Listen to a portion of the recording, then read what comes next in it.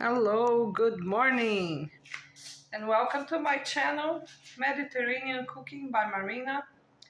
Today, soups on.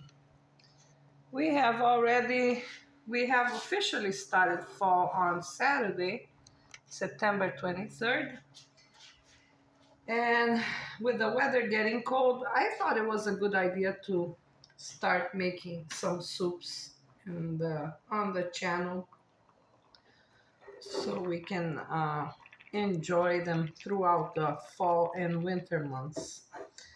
I used store-bought vegetable broth for my soup.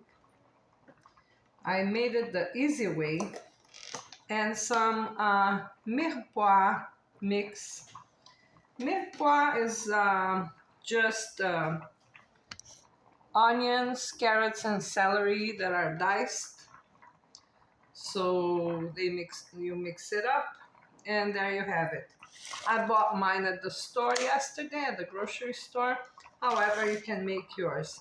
Just dice those three vegetables: onions, carrots, and a few stalks of celery, and there you have it. So I saute my mirepoix in a tablespoon of olive oil, added some salt and pepper, then added my vegetable broth, and then the orzo pasta. And let me show you, pasta really grows after it's cooked, because it's really small when it's not cooked, but after it gets cooked, it makes your soup real chunky, I would say. I love that texture. You can add some lemon on top of your soup and eat it. And you can top it with parsley and some chopped parsley and chopped green onions. I think it's a great suggestion for this. So this was my suggestion for today. It's called in Arabic, it's called Lessan Asfour. This type of orzo pasta is what the Egyptians called Lessan Asfour. And Lessan Asfour, translating to English, is Lessan is the tongue and Asfour is the bird, the small bird. So Lessan Asfour, it would translate as a bird tongue soup.